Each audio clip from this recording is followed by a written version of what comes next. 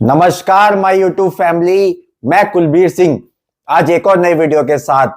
जैसे कि आप सबको पता है हम सेल्स एंड मोटिवेशन के ऊपर वीडियोस बनाते हैं और हमारी रेगुलर बेस पे वीडियोस भी आ रही है।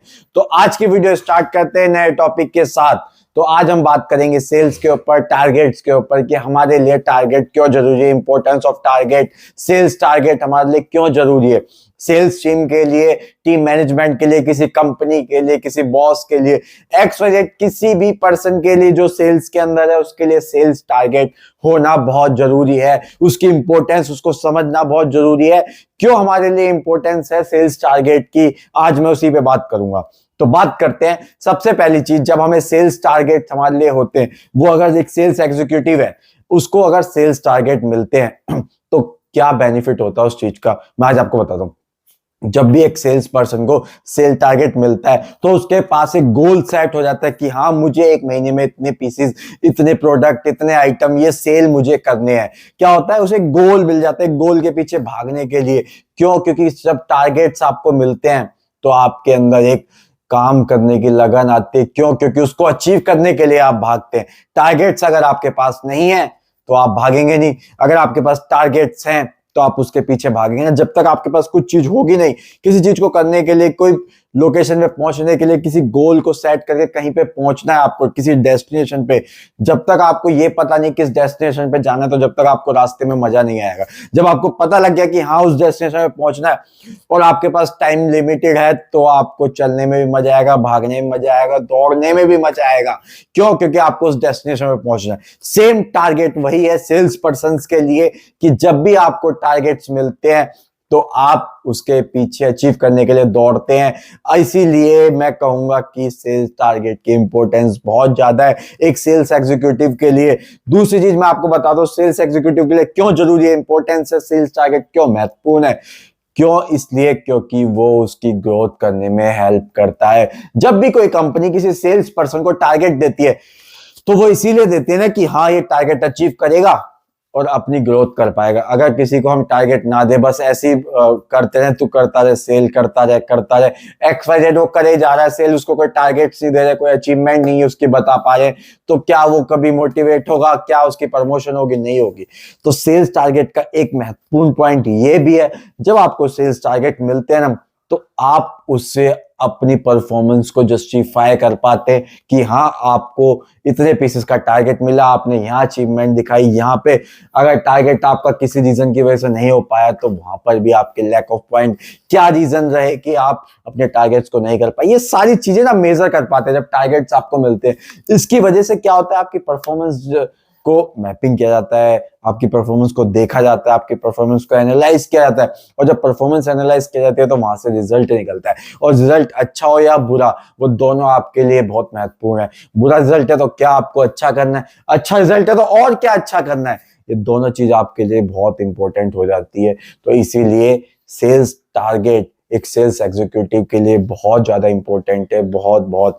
अब तीसरी बात करेंगे हम कंपनी को लेकर कि एक कंपनी के लिए क्यों इंपॉर्टेंट है सेल्स टारगेट।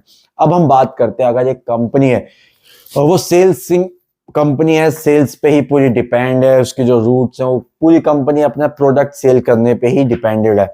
तो आप एक इमेजिन करिए, अगर किसी कंपनी का कोई भी विजन नहीं है, कोई टारगेट नहीं है, उसे कहां जाना है, तो क्या वो कंपनी सरवाइव कर पाएगी, अपने आप को मार्केट में रख पाएगी? नहीं रख पाएगी। इसीलिए कंपनी के लिए भी इंपॉर्टेंट है टारगेट।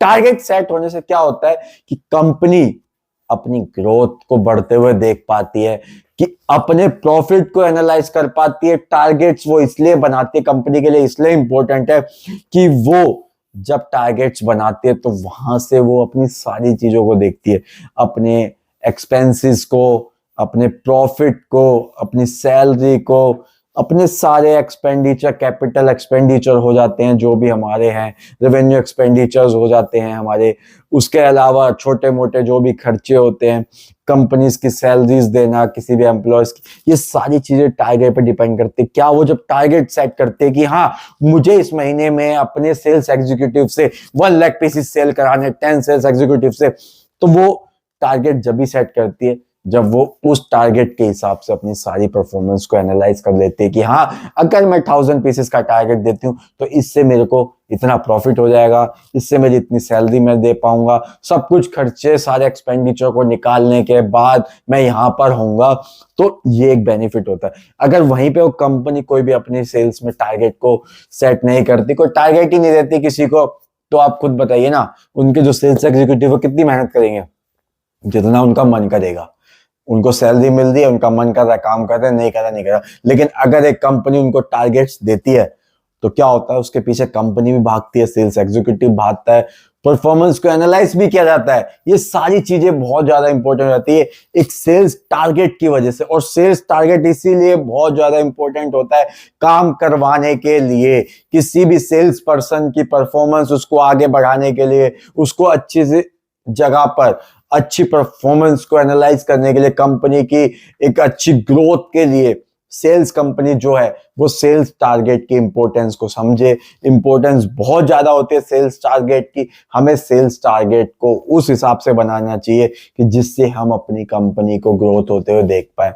और चौथी चीज मैं आपको बताता हूं, यहाँ पे मैंने बात की सेल्स एग्जीक्यूटिव कंपनी की, अब बीच में कौन बचा? मैनेजमेंट, जिसकी वजह से ये सारी चीजें चलेंगी। अब आप देखिए, जो मैनेजमेंट होता है उसका बहुत इंपॉर्टेंट हाथ होता है सेल्स टारगेट के अंदर। क्यों? क्योंकि वो सारी चीजें वो ही सेट करते हैं। टारगेट्स किसको कितना देना है, उससे क्या बेनिफिट्स होंगे, क्या लॉसेस होंगे, कितने पे हम अचीवमेंट पे अपनी कंपनी को कहाँ लेके जाएंगे, कितना हमें अपने एक साल में अचीवमेंट लानी है, ये सारी चीजें। तो वो क्या है, वो दूर के लेवल की सोचते हैं। एक सेल्स एग्जीक्यूटिव क्या है, उसको टारगेट मिला, वो इस एक महीने के लिए सोचेगा। बट जो मैनेजमेंट का पार्ट है, लाइक टीम लीडर्स हो गए, एएसएम्स हो गए, country head, north India head, XYZ, जो भी सीनियर जो मैनेजमेंट लेवल पे हैं, उनका काम होता है कि कंपनी को जो टारगेट्स वो बनाते हैं वो हमेशा 6 मंथ से 8 मंथ तक की सोच के हिसाब से देखते हैं कि हाँ, अगर मैं आज ये टारगेट बनाता हूँ, मेरी कंपनी 6 मंथ बाद कहाँ पे होगी।